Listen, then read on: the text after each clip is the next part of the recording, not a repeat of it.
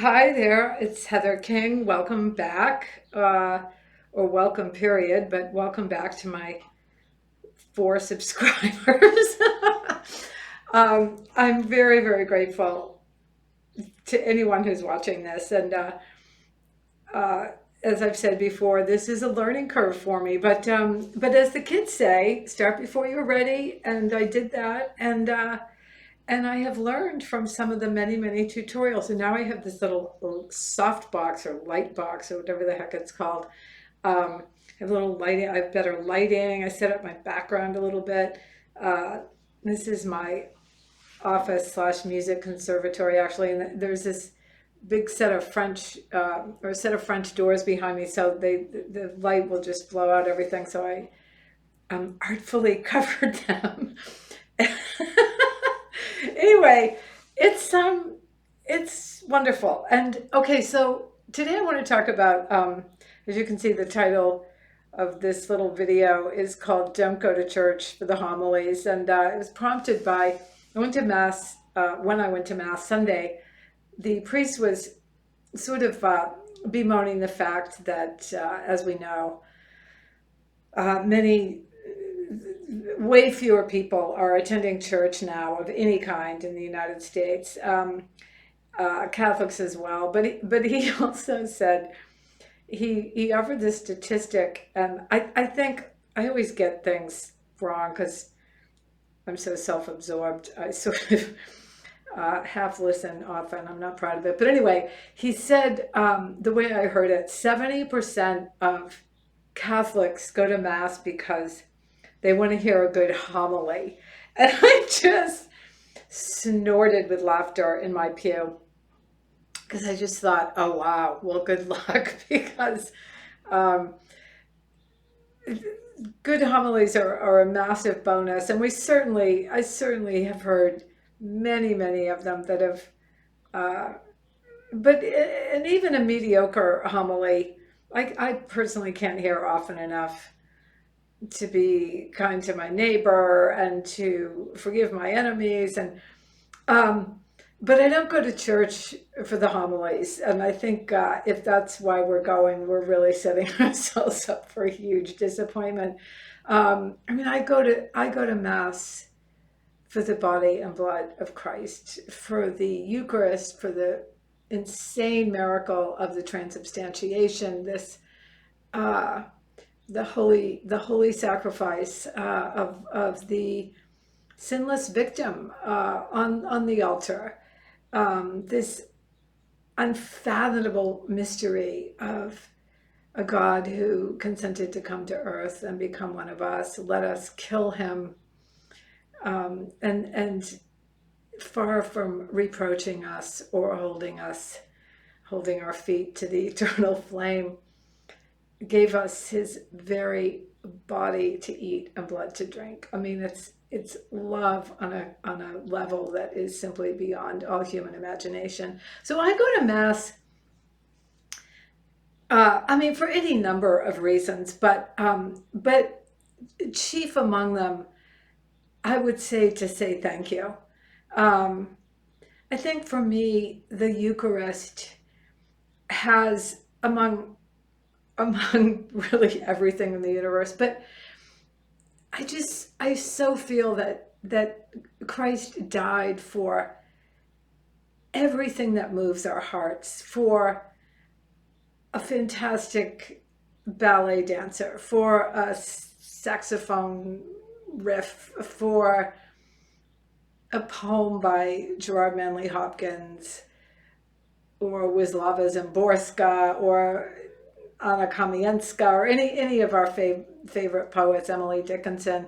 Um, he died for the kid who cradles the little robin's egg in his hand to safety. I mean, everything that moves our heart, and what moves our hearts, I think, is something that requires sacrifice, that is doesn't draw attention to ourselves, but is the sacrifice, uh, like a mother makes, where it's like, oh, I wouldn't think of it as a sacrifice. I mean, yeah, I get up every night 8 times, but like, who wouldn't for their kid who they love, like that. I mean, there's that phenomenon, and I think we all long to be more like that ourselves. I know I do.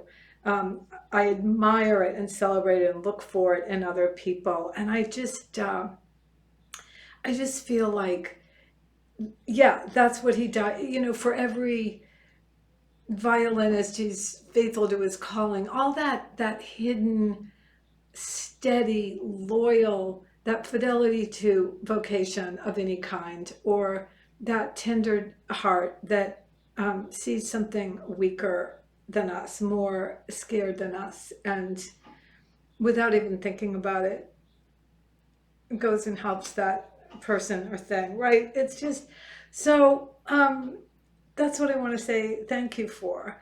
Uh, and you know, and that the homilies often aren't insanely inspiring isn't just in any way to slam priests nor the church.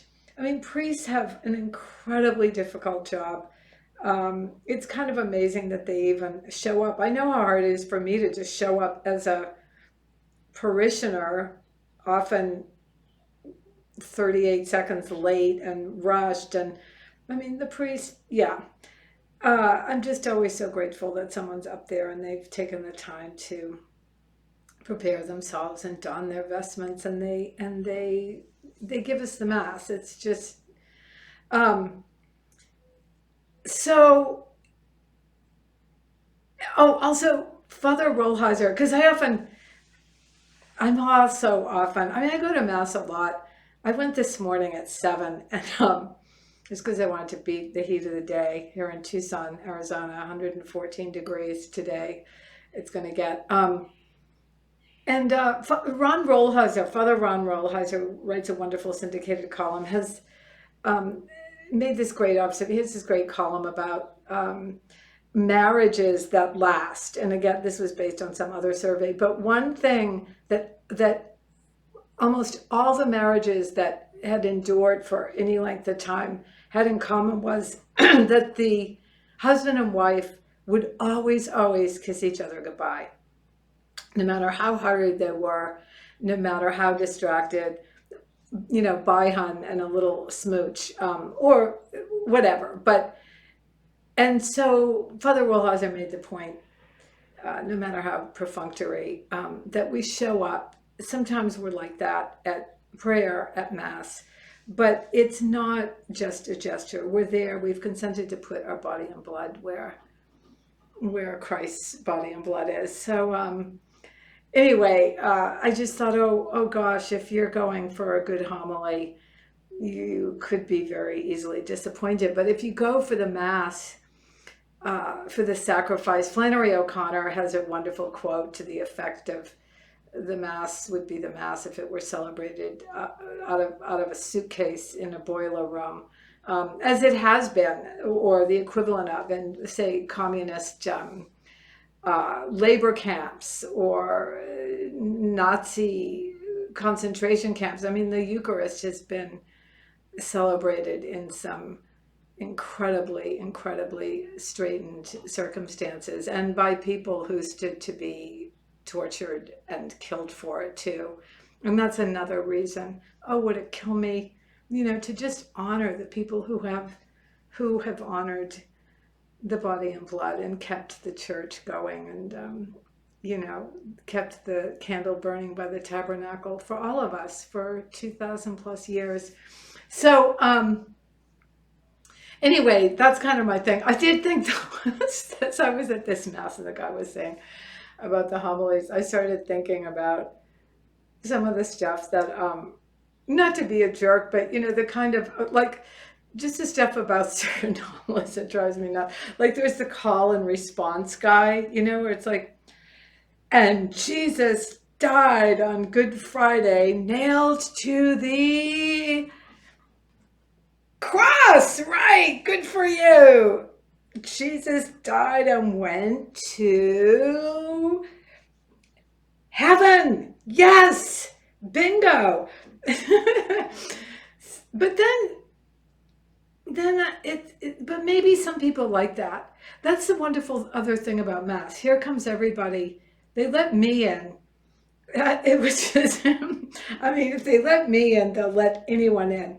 And maybe a whole bunch of people like the call and response thing. Maybe a whole bunch of people like the sort of thing that I don't much respond to. But so who cares? And I'm just grateful to, deeply, profoundly grateful to go at all. But I would just say don't, if you're going to Mass for the homilies, maybe, oh, I don't know, read up a little on the transubstantiation, or just read the Gospels and meet the astonishing figure of Christ, and it makes me want to just know more and more about him. So anyway, thank you so much, and I hope to see you next time.